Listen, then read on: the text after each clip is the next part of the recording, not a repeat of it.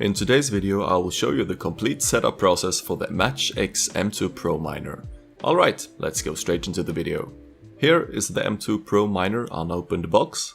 First of all, you want to check that you have got all the components. The plastic pocket containing 2 manuals, one black and one white. The miner, 3 antennas, a power unit with its power cable, and 2 Ethernet cords, one long and one short. Now, first step is to take out the black manual. On the back of the manual there is a QR code, which, when you scan it with your mobile device, will take you to the Data Dash app, where you will perform all the mining. So take out your phone and scan it and download the Data Dash app. When the app is installed, push Sign Up to create a new account, then push the plus sign to first choose your supernode area. I live in Europe, so I choose Europe.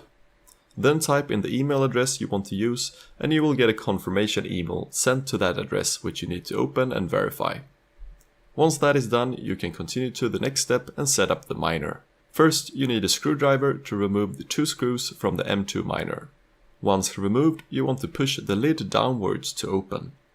Inside, you will now see a QR code and input for the Ethernet cable.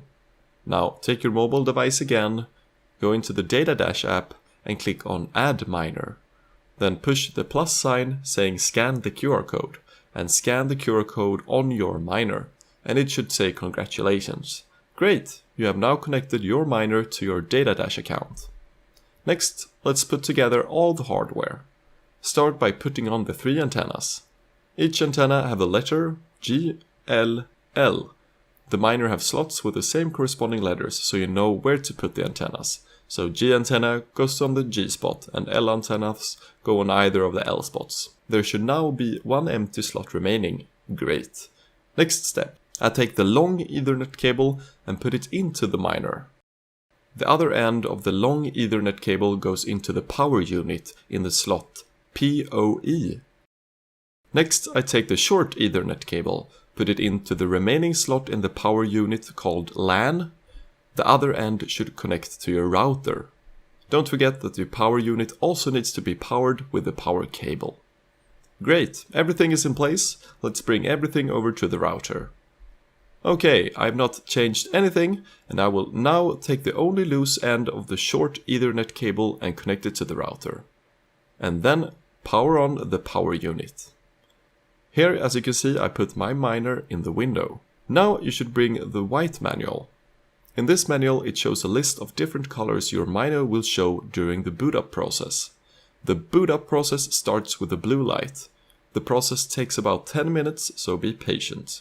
You can check the light underneath the miner.